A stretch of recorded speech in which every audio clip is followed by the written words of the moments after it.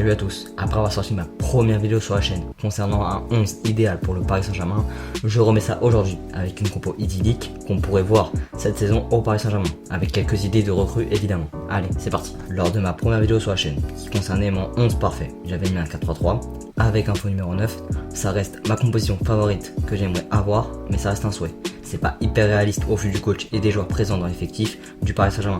Là, j'aurais dans la même idée un 11 que j'aimerais avoir au Paris Saint-Germain. Pas le plus réaliste en termes d'aboutissement, c'est clair, mais je change mon système par rapport à la dernière fois. Un système plus réaliste, car c'est le système préférentiel à Mauricio Pochettino. Évidemment, le 4-2-3. Un système où le Paris Saint-Germain a montré plus ou moins satisfaction cette saison. Par exemple, face au Barça à l'aller, avec un changement de système en 4-3-3 lors des phases offensives.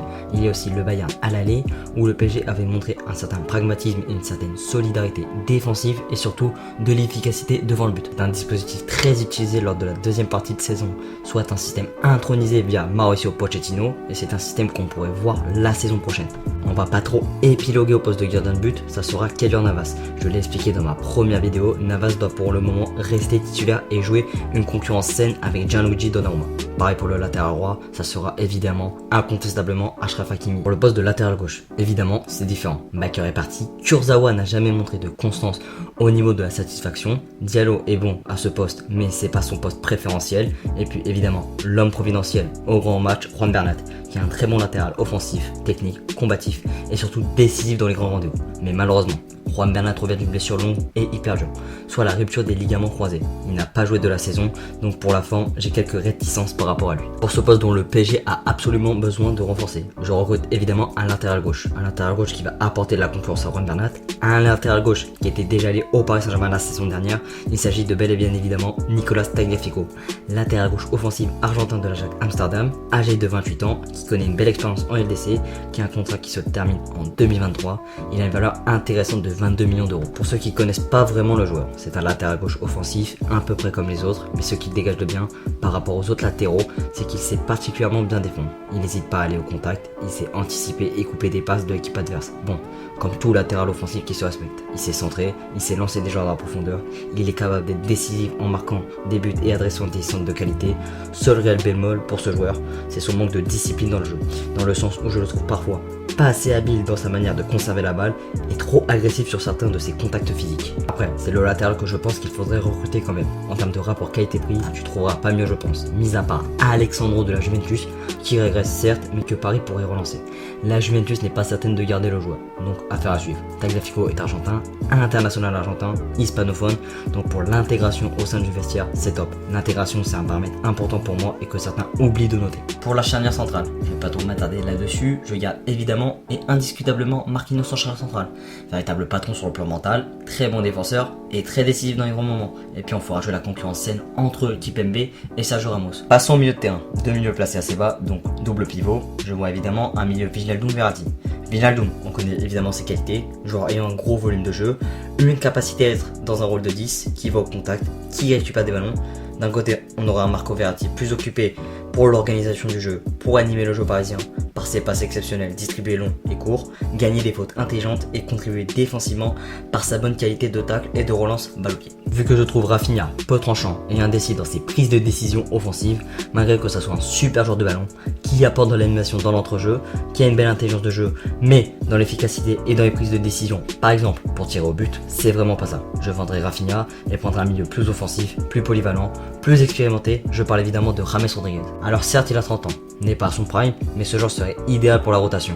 Il est très technique, peut évoluer sur les côtés, c'est un véritable meneur 10 pur, donc il est parfaitement compatible avec ce système de jeu. Financièrement, ça serait vraiment bénéfique pour le PSG, pour un joueur de ce statut.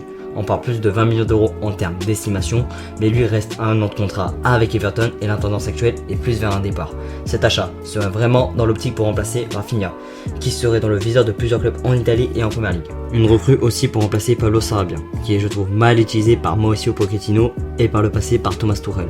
Pour moi, Sarabia est un joueur qui joue numéro 10 ou voire numéro 8. C'est pas un délié pour moi, il n'a pas du tout les caractéristiques pour. Quand il évolue à Séville, il a appuyé sous le poste de milieu offensif axial ou de relayeur. Donc une vente de Pablo Sarabia serait bénéfique. Je le remplacerais bien par Federico Bernardeschi, un joueur extrêmement polyvalent, technique, qui peut évoluer sur tous les postes offensifs sauf numéro 9.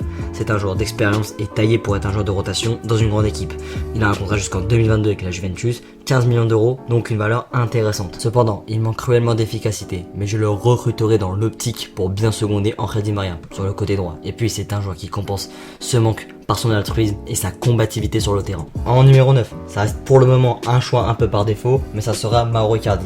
L'AS Roma aurait pris des contacts avec le Paris Saint-Germain pour l'attaquant argentin, rien d'avancé pour le moment. Ça reste un joueur quand même assez efficace, même très efficace devant le but, qui sait se placer au bon moment malgré son manque de technique.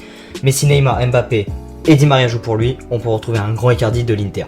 Kalimundo, je le garde en troisième attaquant dans la hiérarchie, c'est un jeune qui a beaucoup de potentiel, il faudra lui faire confiance dans les années à venir. Sinon, en cas de départ de Mauro Icardi, même si le joueur compte pas pour l'instant quitter le Paris Saint-Germain selon la Gazzetta dello Sport, comme je l'ai indiqué dans mes récentes vidéos, un faux numéro 9 serait idéal au PSG, comme un Paulo Dybala, qui serait un joueur qui s'adapterait bien à l'attaque parisienne, mais pas dans un 4-2-3. Il peut évoluer en 9, mais c'est pas là où il va s'épanouir au maximum. Il est à l'aise dans un rôle de second attaquant, quand un attaquant est devant lui, c'est mieux, comme CR7 à la Juventus.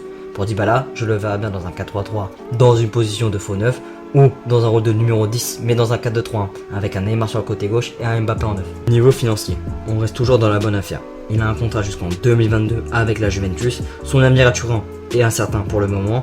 Il est argentin et a déjà été une cible du Paris Saint-Germain pour remplacer Neymar lors de l'été 2019. Et voici ma composition d'équipe. Faites pause pour bien la regarder, il y a les doublures et les titulaires. Et voilà, c'est la fin de cette vidéo. Si elle t'a plu, lâche un pouce bleu et partage-la à tes amis. Si tu en avais à donner sur le sujet, lâche un commentaire. Et surtout, abonne-toi si mes vidéos te plaisent. Allez, je te retrouve à très vite pour une prochaine vidéo. Ciao, ciao.